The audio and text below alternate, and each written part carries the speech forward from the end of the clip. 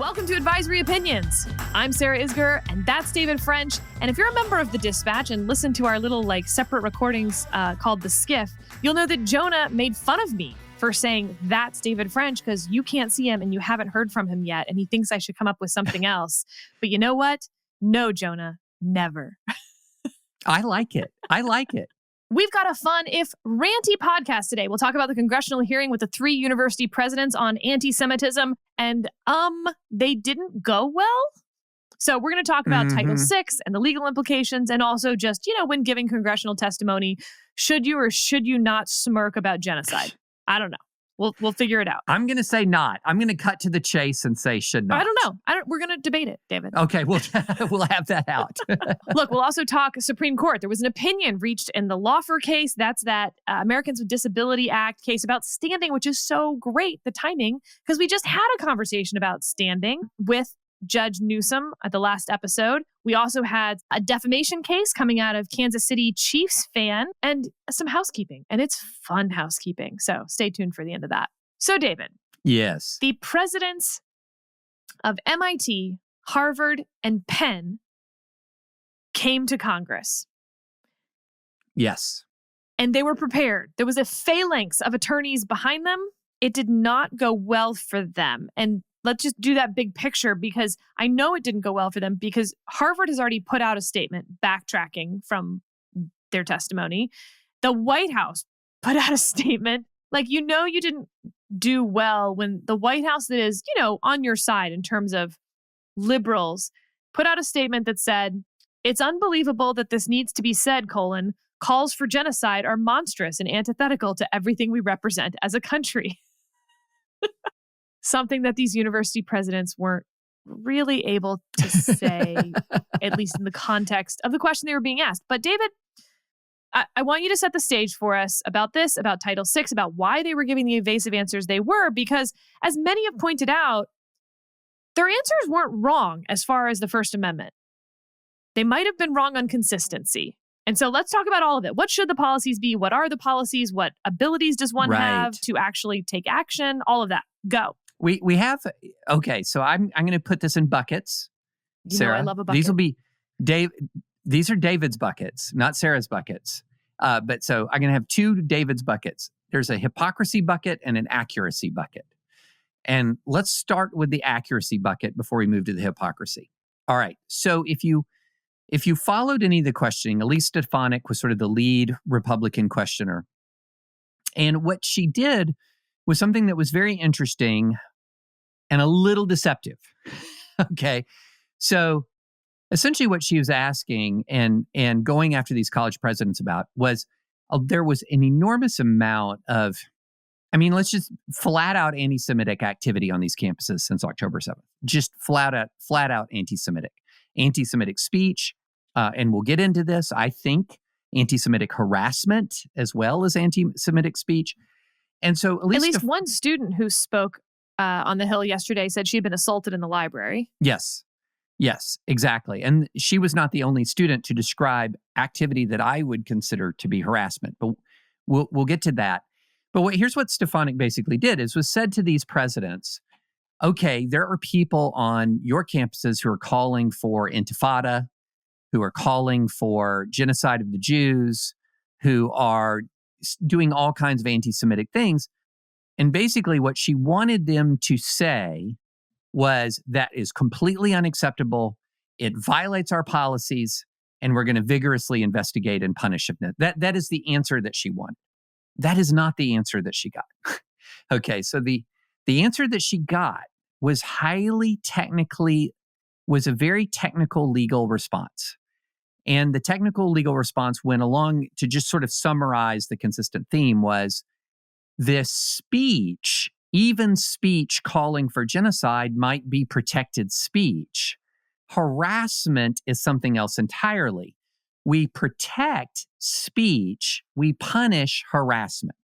Okay, so that's sort of the way they said it, in a way that was not particularly artful, Sarah. I was going to say, even that was actually a better answer than what I heard at the hearing.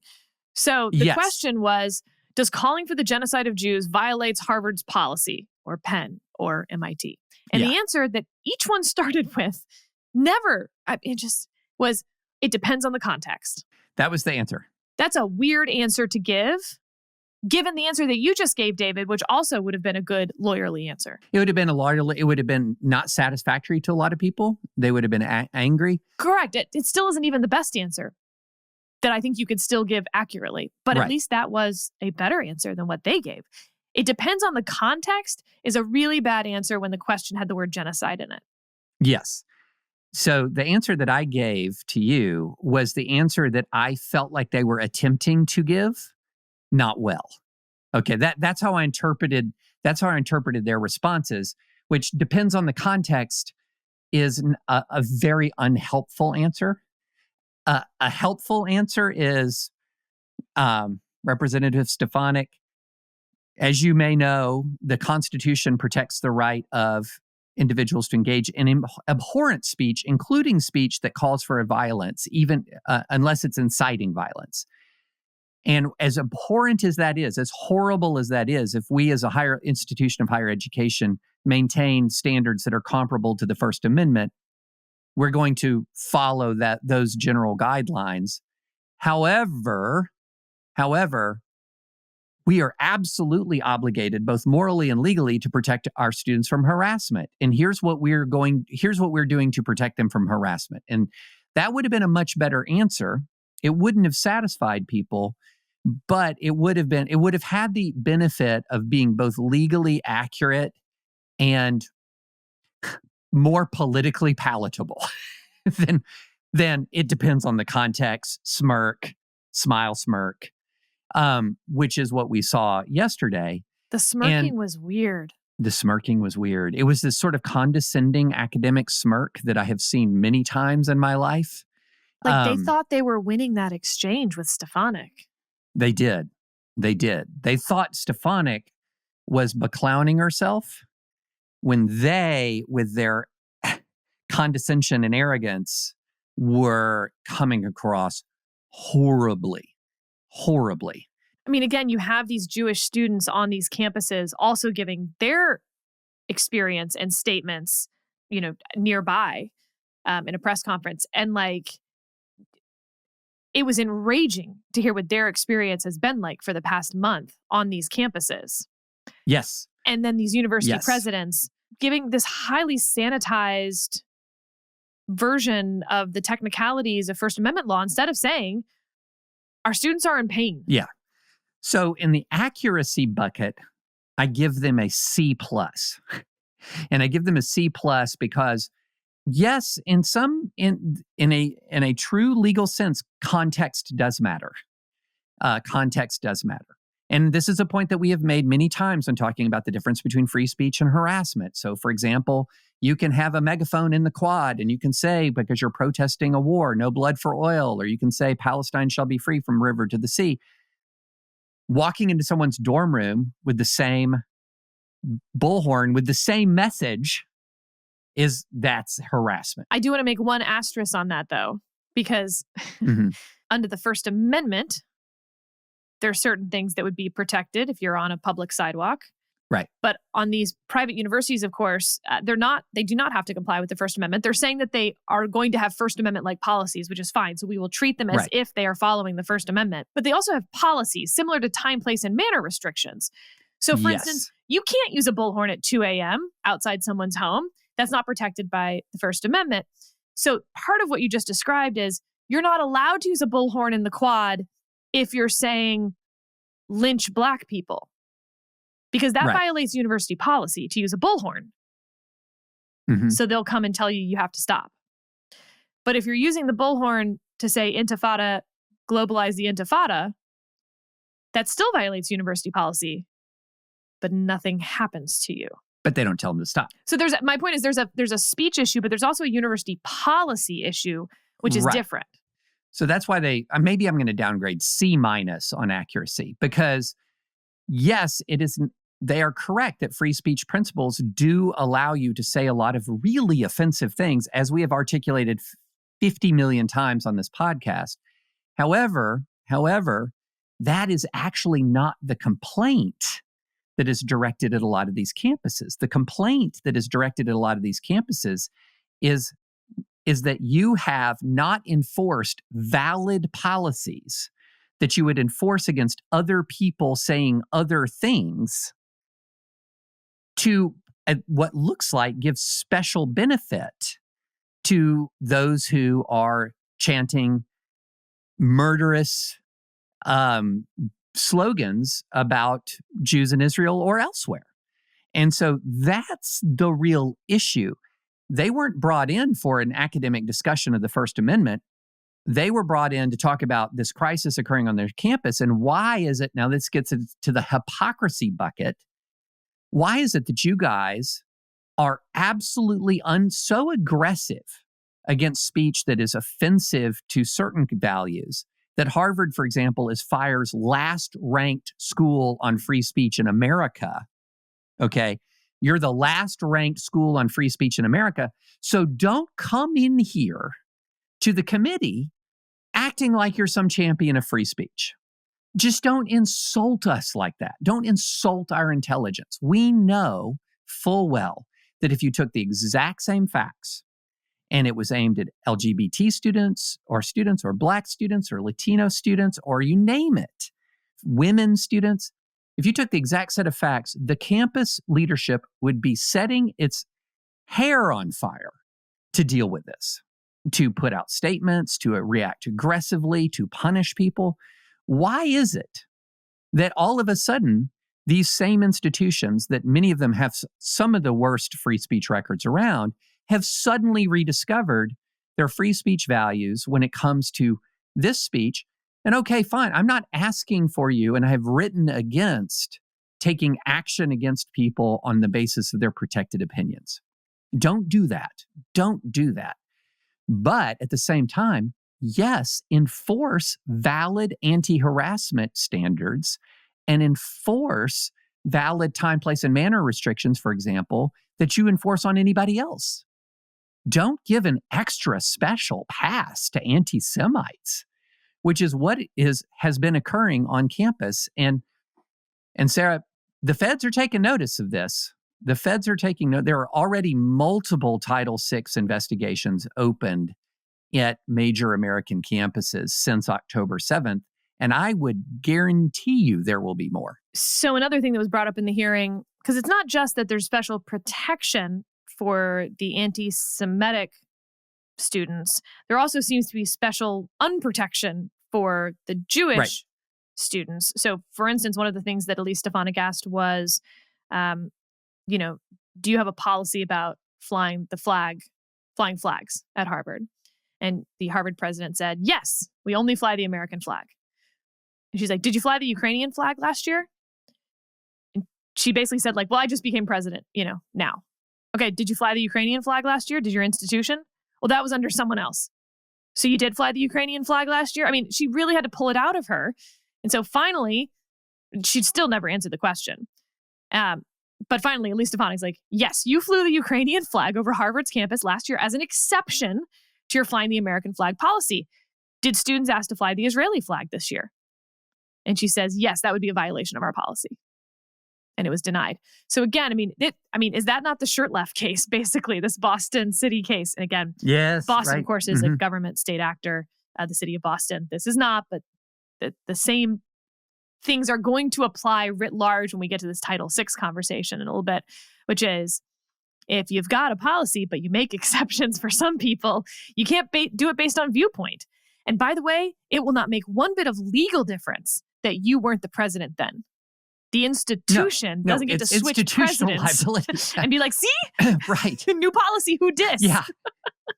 Yeah. No, liability does not work like that. Imagine a company that has dumped toxic waste into a river and somebody says, hey, did you dump toxic waste? Previous CEO. Who dis?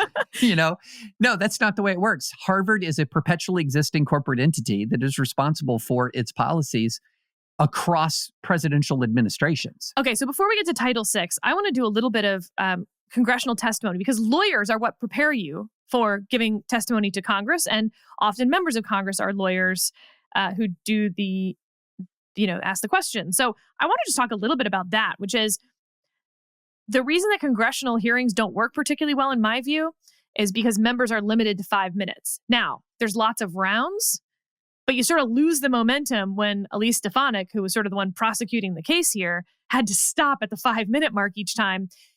And so when you're a lawyer preparing a witness, you tell them, run out the clock. Yeah. And so, for instance, when she kept not answering, did Harvard allow the Ukrainian flag to fly over the campus last year? It was in her interest to not answer that question and make Elise Stefanik keep asking it. Because she's only got 5 minutes. And as long as you're running time on the clock, you don't get time back because the witness is just being a jerk or not answering the question. And so, that's one thing that all lawyers are going to tell you at these congressional hearings. Time is on your side. But then there were some other things that there's just no way their lawyers told them to do. The smirking is a really good example. Under no circumstances, big hearing, small hearing, friendly hearing, not friendly hearing, should you ever have the appearance of wanting to look condescending. And all three of them did it, which is also strange. But then, David, here's the congressional testimony legal advice question that I think is interesting, which is lawyers are trying to prevent you from getting into this Title VI litigation or giving away the house in the Title VI litigation that's coming, because litigation is coming on this. Oh, it's coming. Yeah. So that's what the lawyers are there to do. They are, though, not really there to help you politically, if that makes sense. No. These lawyers they have experience with congressional testimony and congressional investigations, but they don't necessarily, have campaign experience or themselves have worked on the Hill. Many have, not all. So there are times when you're just going to tell your client, look, you're going to have to just give the technically legal answer that we'd give in a deposition, even if that looks crappy on C-SPAN. The problem is with a hearing like this, the viral moment can be so catastrophic as to undermine your legal case, even when you're giving the deposition answer. The same thing can happen in depositions as well. You tell your client, just keep repeating the same technical answer that I've given you, no matter what they ask. Most of the time, that's the right advice for a deposition. But sometimes when they play the video for the jury, you can look so obstructionist and the smirking and your body language and everything else that it can undermine your case, even when your words, aren't conceding anything. So I'm curious about what you thought of the legal advice that the presidents got. Yeah, bad. So lawyers, we look at things through the lens of liability. That's our job, right? That's our job. We look at things through the lens of liability and we think, what will minimize liability for the institution that I have a fiduciary responsibility towards while I'm representing them? And so they look at it through this liability lens and often fail to look at it from a more holistic institutional lens. And this is something that I've seen happen in church institutions. The instant lawyers get involved, for example, in sex abuse investigations and things like that, they immediately lock into minimal liability mode. Well, but the church or the church institution has a higher call on its purpose than merely minimizing legal exposure. But leaders of the institutions, often in a panic because they're under fire or they might be facing big legal judgments, et cetera, or they feel like the institution's in trouble, will lean on the lawyers to such an extent that the lawyers essentially start just running the whole thing. And that is so very often a major mistake. Because the idea, let's suppose that instead of coming in smirking, condescending, et cetera, that they walked in and they said, there are a number of students on our campuses who have suffered unacceptable levels of bigotry and faced unacceptable levels of bigotry. We are investigating. We will be vigorous in punishing any violations of our policies. We're going to vigorously comply. We're going to vigorously enforce our policies without regard to viewpoint. And they walk in and they acknowledge the hurt and the pain that has happened. And I guarantee, I'm not going to guarantee you, but I could imagine easily a lawyer saying, you need to be careful about that because in a deposition in a Title VI case, this might be read back to you as sort of a confession that students endured harassment. If you're going to dive in empathetically, it'll almost read like a confession. But what we're talking about here, look, Harvard has money coming out its ears. There's no way these Title VI lawsuits could do a deal a serious financial blow to the institution. But it could you could face literally years of rightfully diminished reputation, rightfully diminished, quite honestly, Sarah, like rightfully diminished value of the degree itself.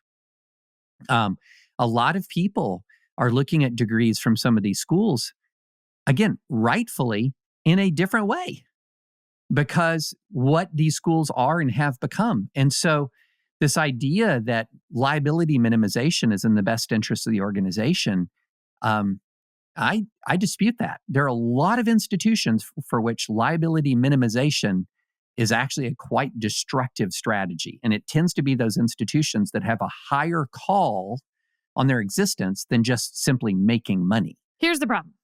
What I think they should have come in and said is, we were caught flat-footed after October 7th. We did not realize the scale and scope of anti-Semitism that we'd be facing on our campus. And while obviously we adhere to First Amendment principles, even though we are a private university, much of what we have seen on our campus in the last few weeks has crossed that line. It's violated university policies. We think it's probably violated Title VI when it comes to some of our Jewish students who you've heard from in their anguishing stories. Unfortunately, we have literally lacked the personnel to enforce some of our policies in real time. We are now going to investigate those and beef up our ability to enforce policies in real time as well when we know that these things are going on. Here's the problem with that answer. It's not true. They were able to enforce university policies. They have a fact problem, right? It's not just a messaging problem. Yes. They have a hypocrisy problem. They have a huge fact problem. They have a fact problem.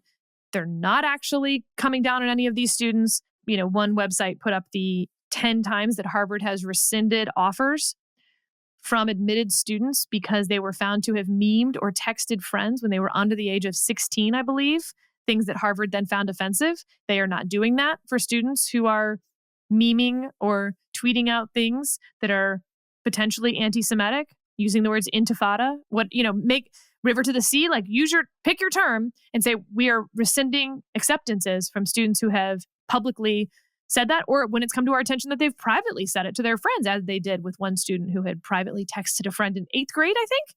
So this gets to your bucket too, right, David? Like part of the reason they can't give the good answer is because they don't mean the good answer.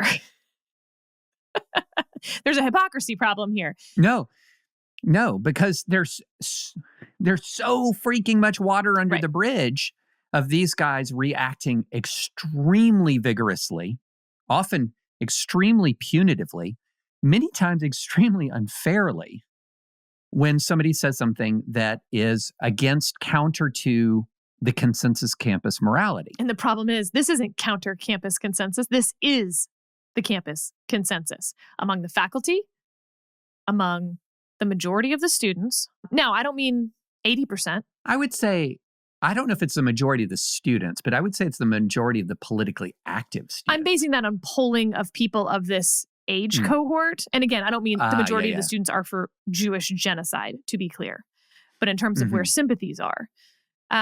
So this gets to then the stick, if you will. If the carrot doesn't work, if we can't publicly embarrass you into saying you're against calls for genocide, it depends on the context.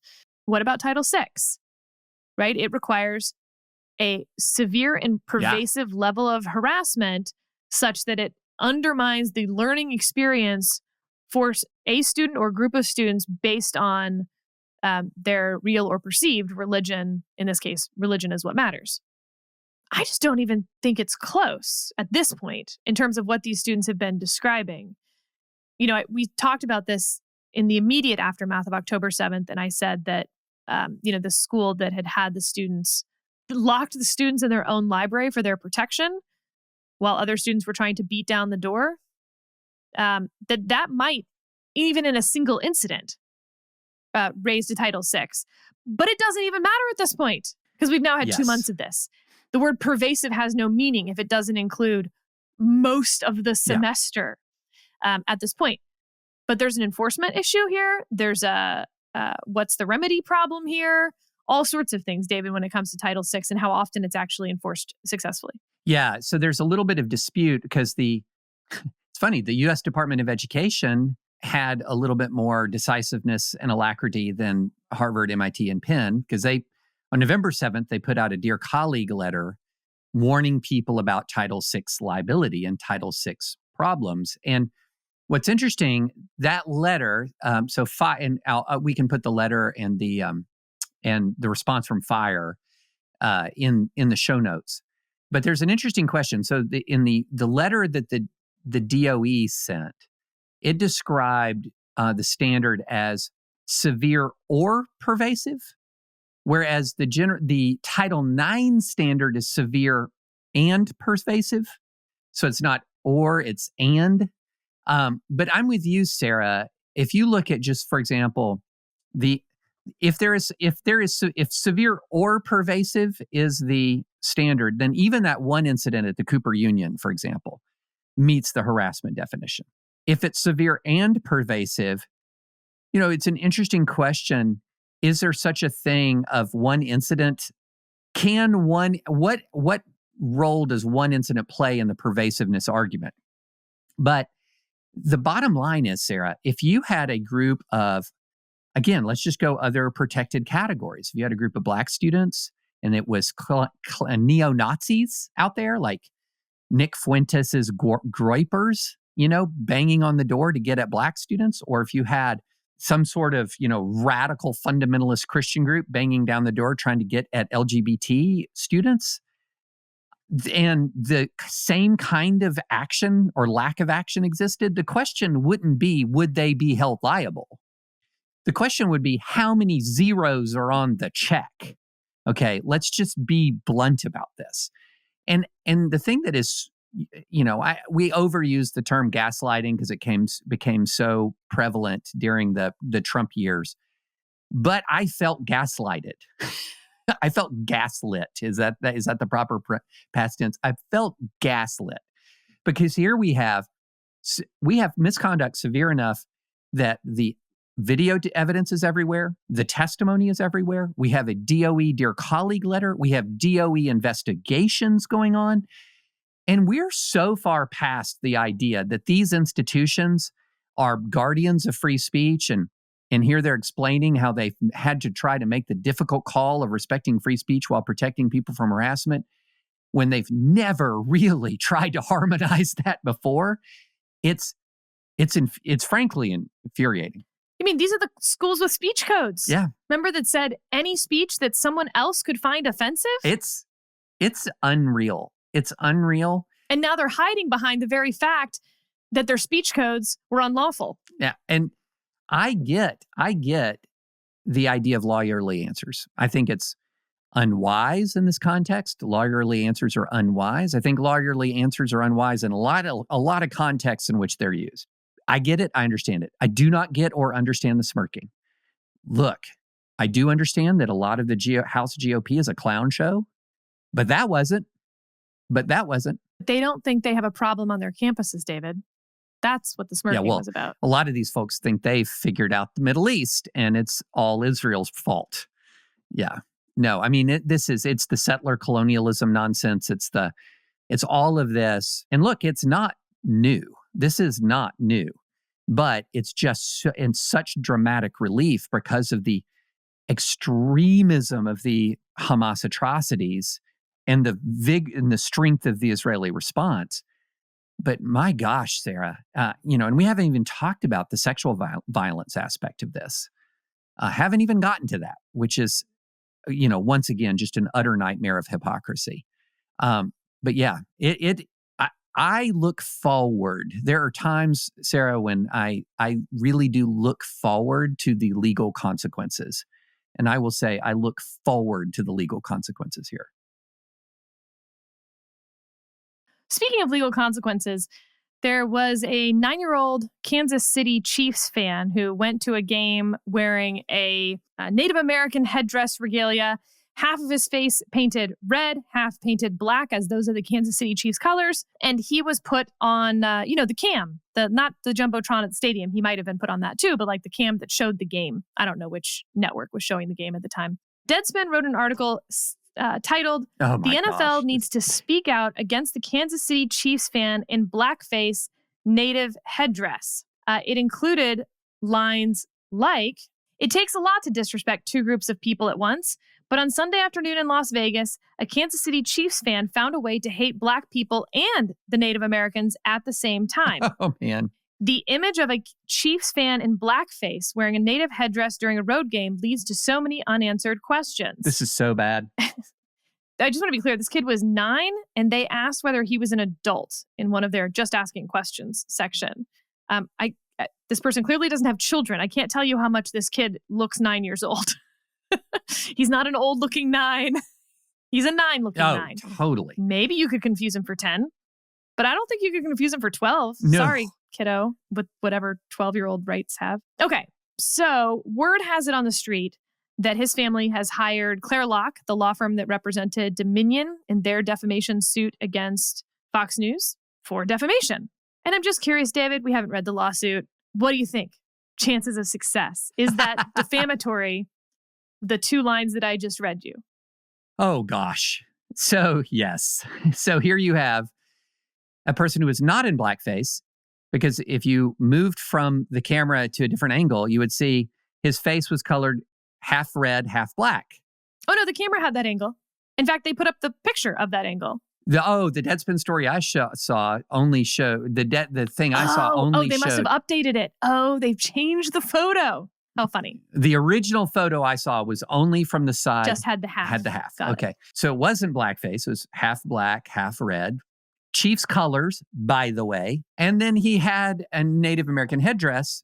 But guess what? His grandfather was wasn't just Native American, but like a tribal official. There was no cosplay here at all.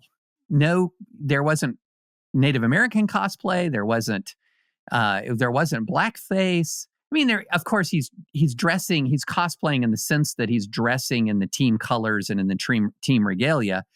But it just so happens that of the team regalia, turns out that this is the Kansas City Chiefs.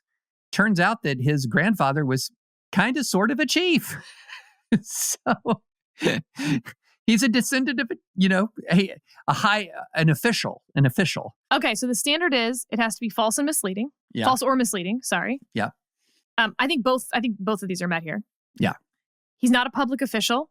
Nope. Or public personality in any way. And it doesn't matter, by the way, that now he's become more famous because they did this to him. It has to be that you basically opened yourself up to at the time. So standing at the game does not do that. So they don't have to prove maliciousness. They have to prove reputational harm, which might be a little hard. But I don't think it's going to be very hard for a jury to find that there was reputational harm. Right. To me, the question is more damages than liability. Correct. So then, does this bankrupt Deadspin? I think is really the only question. How many zeros? Yeah. We'll see. Yeah, that's my question as well. How many zeros? You take a 9-year-old kid, lie about them being in blackface, and put them in a national publication? Oh, man. And put up a picture that only shows the half that's misleading, even though the picture that I'm looking at right now shows the full face, which would have made it much more clear. Yeah, I'm telling you, Sarah, this is another one. It says that he hates Black people. States that as fact, right? A Kansas City Chiefs fan found a way to hate Black people and the Native Americans at the same time. Ooh, poor wording there. Very, very poor wording. This is a 9-year-old. Okay, Okay, anyway, we'll come back to that lawsuit as it moves forward. Yeah, we'll come back to that. It'll be interesting to see whether they settle, because this is the problem for the family, right? They can get a lot of money by settling this and just having it go away. Or they can get a lot more money if they're willing to go to a jury. Yeah. I think that would be a tough call for me as a parent. Yeah. But yeah, Sarah, this already feels like the rantiest AO in a while. It is. Yeah. Yeah. So if you don't like rants, maybe just... But the reason we don't rant so much is so that when we do, people know that it's serious. All right, we're moving to the Supreme Court. We're moving out of rant territory, although there were some rants at the Supreme Court in the last couple weeks. So there's 3 oral arguments we're going to talk about. We're not going to talk about them all this episode. SEC v. Jerkesy, that's the 7th Amendment right to a jury trial in civil lawsuits, and does the SEC's administrative court system and administrative judges violate the 7th Amendment? There's that oral argument. There's the Purdue bankruptcy oral argument. Should the Sacklers, can a bankruptcy judge give the Sacklers basically carte blanche immunity and from liability in the future. And the third case was that really interesting 16th Amendment case. What is income when it comes to Congress's taxing power? But before we get to any of those, David, we had an opinion. So fast, Sarah. It's fast. The Acheson Hotels case, Acheson Hotels v. Laufer. This is the woman, the self-appointed ADA tester. She's in a wheelchair. She goes to websites to look at whether they say for each room whether that room is ADA accessible. If it's not, it would violate a regulation that comes from the ADA. She sues them. She immediately says she's willing to settle for $10,000. She's brought 6,000 of these lawsuits. She's created her own circuit split. Acheson Hotels says she doesn't have standing to bring this lawsuit against us. She had no intention of ever visiting the hotel. She acknowledges that this is just her sitting on her computer at home, scrolling through websites. The Constitution says it must be a case or controversy. The Supreme Court's precedent says you must have an injury in fact. Now, we talked to Judge Newsom about this a lot in our last episode, and he said, where's that coming from? That's not what the Constitution only says case or controversy. Where is this injury in fact coming from, and why is it being used to sort of block courthouse doors? These are all of the really interesting questions that could have been resolved in Acheson Hotels. Yes. But they weren't, because while standing is a jurisdictional question, so is mootness.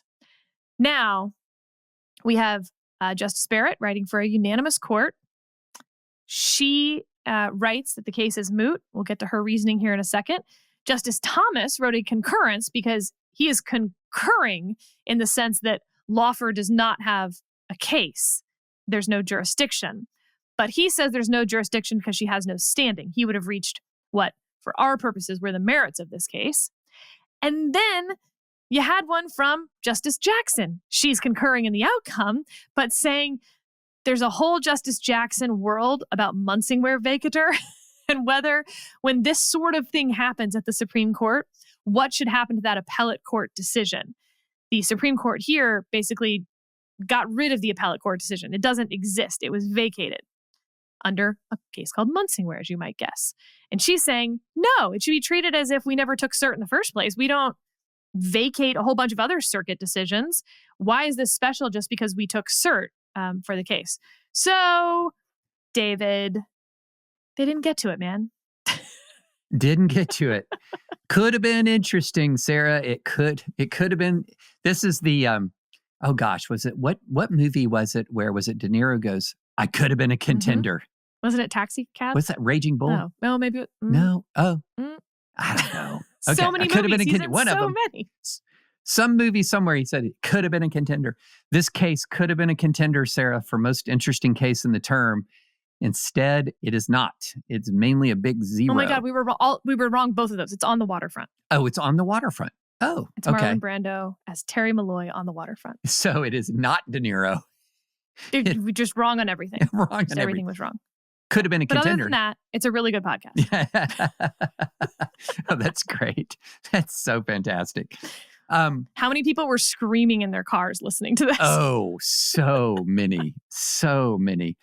And what's unfortunate is that had they actually decided this on standing, it would have really, a lot of listeners would have been very happy with it because we would have had another standing discussion with good precedent that we could have unpacked to help ease their concerns about our long-standing standing conversation. But instead, we get what was the most interesting part of this to me was the paragraph from Justice Barrett that goes like this. Laufer does not argue that we must dismiss her suit for mootness. She acknowledges that we can address jurisdictional issues in any order we choose. Sidebar for a second. Standing, we have talked about this concept of a jurisdictional issue, standing, mootness. These are the kinds of issues that tell you whether the court even has the jurisdiction, the authority to hear the case. Okay, back to the paragraph.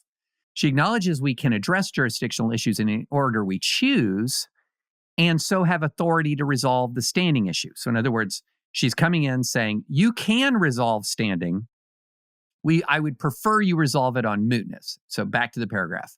But mootness is easy and standing is hard, Lawfer says. She urges us to refrain from resolving a difficult question in a case that is otherwise over. And the Supreme Court basically says to that, okay, that sounds good to us. There's no canon of do the easy mootness part. Is easy and standing is hard. I think that is basically the line of the opinion. And it is. But so Justice Thomas, as I mentioned, he would have reached the standing question before the mootness question. He would have found that she doesn't have standing. Nobody joined his concurrence, probably because mootness is easy and standing is hard. Maybe I need to get that framed on my desk here. Here's the money line, if you will, from his concurrence. We should address Lawfer's standing rather than resolve this case on mootness. As an analytical matter, whether Lawfer had standing the day she filed her suit is logically antecedent to whether her later actions mooted the case. More importantly, whether Lawfer had standing to bring her reservation rule claims is a recurring question that only this court can definitively resolve.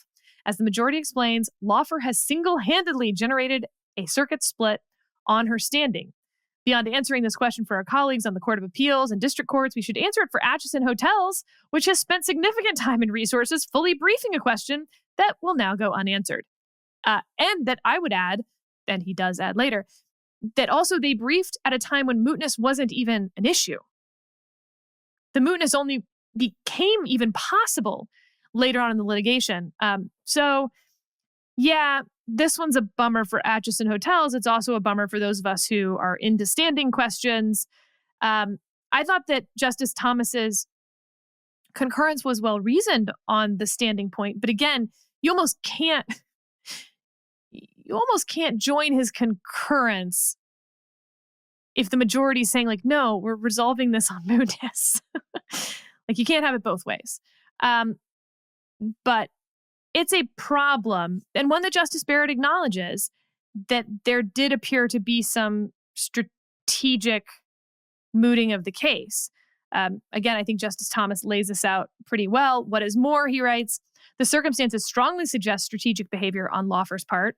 After this case was well underway in this court, Lawfer filed a notice with the district court voluntarily dismissing her claim with prejudice, ostensibly because another court sanctioned one of her attorneys for misconduct related to some of Lawfer's ADA cases.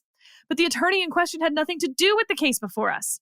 Lawfer's logic is thus that she dismissed her claim, and the court should no longer address whether she had standing because an attorney she hired in an entirely different case engaged in misconduct. An unrelated attorney's conduct does nothing to change the analysis required to determine a plaintiff's standing. Lawfer admits as much, arguing only that the alleged misconduct could distract from the merits of her ADA claim and everything she has sought to achieve for persons with disabilities like herself. I would not reward Lawfer's transparent tactic for evading our review.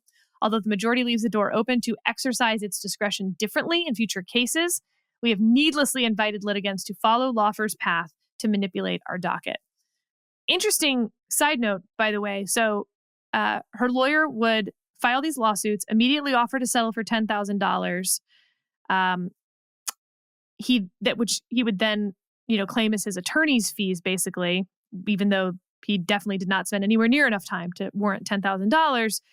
He was then paying Lawfer's son-in-law some of that money as a, quote, investigator, which makes it appear as if Lawfer herself were getting at least some money from these as well. Again, 6,000 cases at $10,000. Is it 6,000? Yep. Wow. Yep. Yeah. So, wow. Okay, that's the end of that case. Well, I thought that Thomas had a good point and a weak point. The good point is I'm completely with him that should have ruled on standing on this sucker. That there's a lot of evidence of strategic behavior, etc. That's I think he makes a very, very strong point here.